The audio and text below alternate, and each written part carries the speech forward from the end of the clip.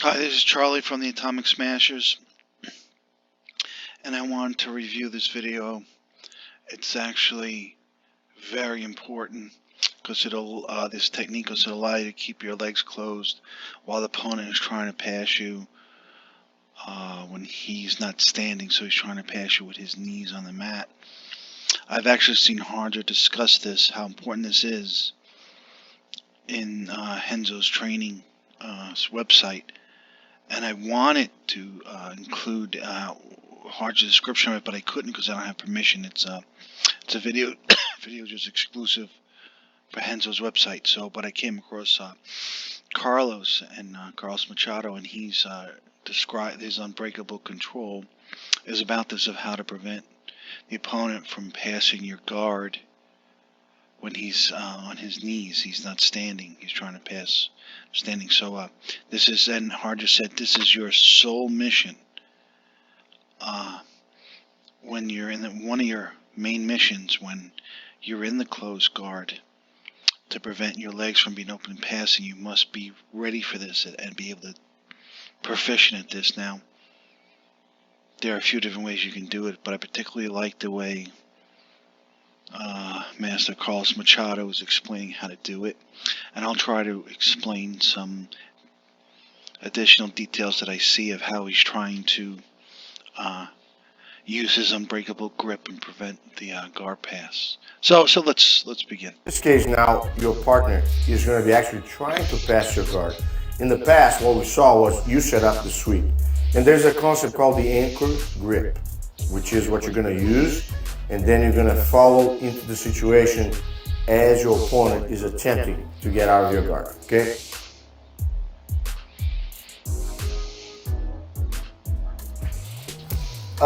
Your partner, a lot of times, let's say if I have a grip here, but he wants to pass the guard to that side and keep pushing. So instead of trying to keep... See, notice, first of all, this is the way that most folks will try to pass your guard when they're trying to pass it not standing. And Harder's explained this should never happen. They should never be able to pass you unless they try to stand. Of course, then we get into this whole thing of when they try to stand, you're getting ready for that as well, and you grab their posture as they're trying to stand, and then you do all these techniques that I've been posting and trying to explain on YouTube. So, but what I wanted to highlight here is what the opponent does, in case folks haven't seen it. The opponent takes his knee and puts it in the center of his butt, right, and then he's going to push back to open the legs up. And then maybe he'll do a knee slide pass. He'll come over the leg somehow. But the important part to know is that if you just stay there in your closed guard and you don't react to that, he will open your legs. He'll push off his arms and open your legs. Push your leg down and try to, in this case, the left leg would be pushed down, and he'll try to hop over. And so that's what we have to deal with. So let's move on. This grip, go ahead. I anchor, and he pushed my leg. Now I'd like to just go back here. It's kind of important. I didn't keep pushing. So instead of trying to keep this grip, go ahead. Okay, here. Okay, I think this is important.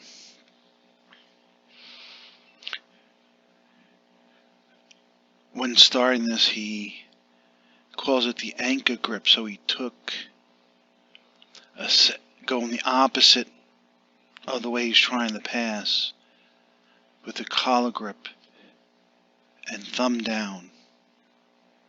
And what I notice about gripping when you go higher up on the collar, if you'll notice when he's hopping up to get back, hopping over, and he describes the hopping a little bit, Carlos is not flat. He's a little bit on his right hip. And if you think about that, that makes total sense why you do that. So whenever grabbing up higher up on the collars, you have to kind of get on your side, because if you don't, your arms are not long enough. So then you have to sit up, right? We do this whole sit-up thing because the arms aren't long enough to grab up there. It'd be different if he was really close to you.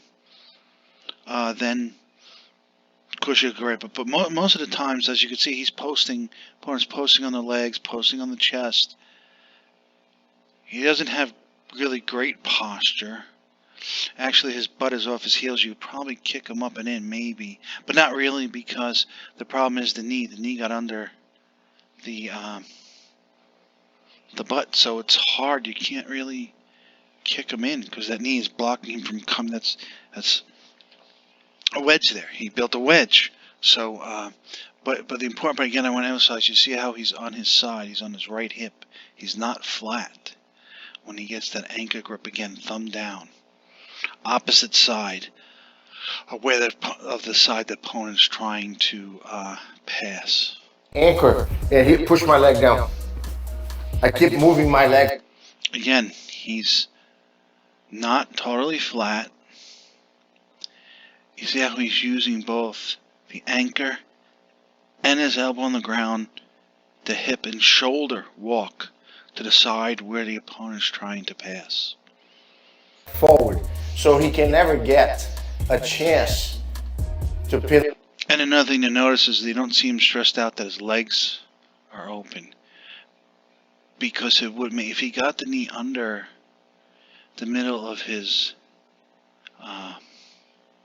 butt and was pushing back, even a little bit pushing back, the legs start opening. So it makes no sense to try to just hurt yourself and keep them closed that way. It's just it's strength on strength now. So his legs opened. So your legs will be opened at this point. So you have to be comfortable with that, right? And if you notice, when they're open, he's keeping his heels down. Why? To put the weight on the opponent, right? Heels down, right? If the heels were not down, it's not as much weight. My leg down. Let me explain what I mean. If I have an initial grip here and he starts passing that way, once he pushes the leg, he can put his knee over. And from here now, I'm on reaction mode. I'm no longer actually worried about the sweep. I have to survive into my guard, trying to recover the guard. So here, as he does the same position again, look, I have the ankle grip, and here, as I move my hip, I'll make this leg long. If I don't move the hip, go ahead, push the leg, he still gets it, right? But here right now, I'll do it again.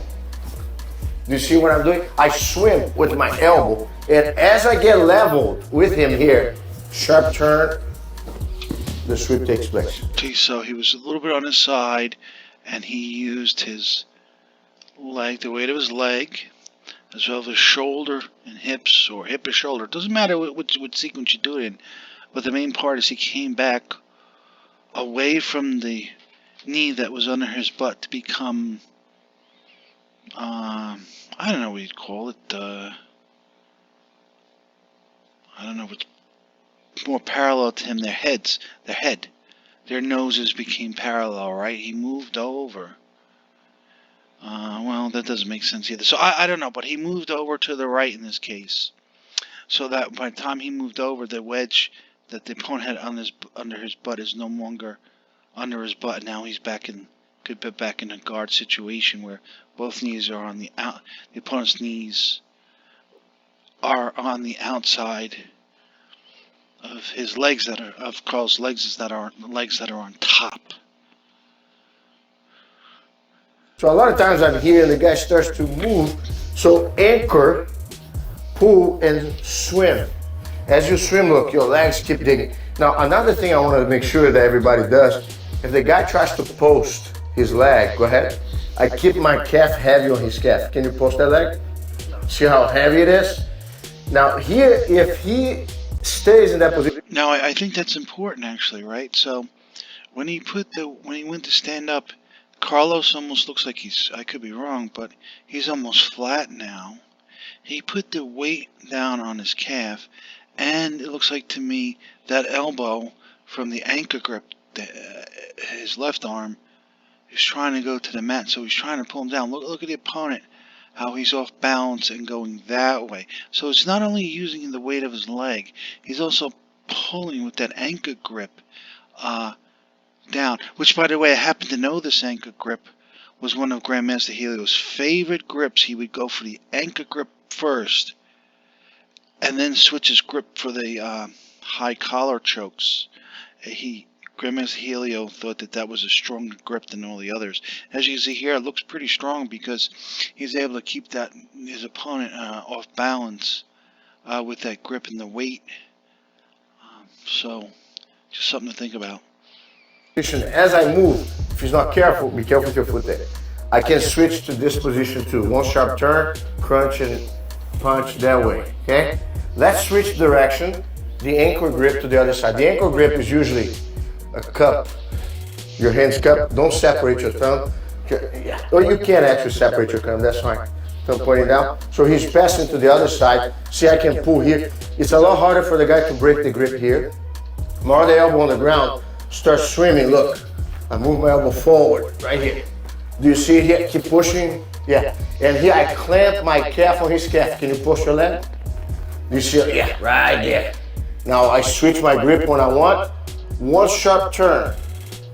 Your elbows are, your shoulders are leveled. You crunch, kick, and punch. Okay, you see how I try to protect my... In this video, I'm just emphasizing how to prevent the pass. I think you could do several things. You could pull the opponent back into your closed guard. Maybe you can then move out into an open guard situation. Maybe you try armbar. In this case, Grandmaster Carlos is transitioning to a scissor sweep, which is kind of nice also. So I think you have a lot of options there. I don't think the purpose of this is to say, okay, every time he tries to open a leg, scoot to the side, get the ankle grip, scoot to the side, and then do a scissor sweep. Just a scissor sweep is just one option of many. The important part is not allowing the person to pass your guard. You keep them in your guard. You do that movement, move to side to side, then maybe you close your guard back up. Right? You have options, but the main thing, he's not passing. Right? We don't want the person to be able to pass. And ultimately, I guess the frustration there is if you keep doing that, what we're hoping for, honestly, is for the opponent to try to say the opponent be frustrated if you get really good at this and they say, well, I can't pass him on my knees. I need to stand. And that's where the fun really begins, when they start standing. As I've emphasized in many videos I reviewed, once the opponent starts standing is when really the Gracie Jiu-Jitsu really starts coming alive, so to speak. Okay, let's continue. Because it becomes almost like a judo throw when you go the momentum. So one more time, ankle grip. Your partner's going to try to pass. You're going to go to whichever side he's going. So he's going that way. I keep going that way. Okay, now stop. Let's go the other side. I ankle grip here. Look. See how I'm bouncing my hip? And now here, boom, switch and sweep. Okay? So this is the concept of going against a moving target. If your partner, by the way, on the troubleshoot, posts the leg, let's say I'm trying to go here and you actually post that leg, okay? I still keep moving that way, and when I switch, it's much easier to flip it. Now here, let's talk about one little thing that took place here, real quick. If he posts the arm... Now, I must tell you, this is what I'm talking about, is when the magic starts happening, because when the opponent starts getting up on his legs, as you can see, look how off balance he is. Look how he's posted on his hand. This is when it becomes easy. For example, the scissor sweeps become much easier as compared to if he's on his knees, based out on his knees. Here, he's not based out. Here, his whole posture has been sacrificed by trying to get up. And of course, and this happens how Master Carlos is moving his body, and I've covered the scissor sweep in many videos. Please go watch them again. It's just you'll understand why. For example, Horian in his videos, he spends most of his time. His jiu-jitsu happens when the opponent is trying to get up, because then he has some sort of grip, and he off-balances him as he's trying to get up.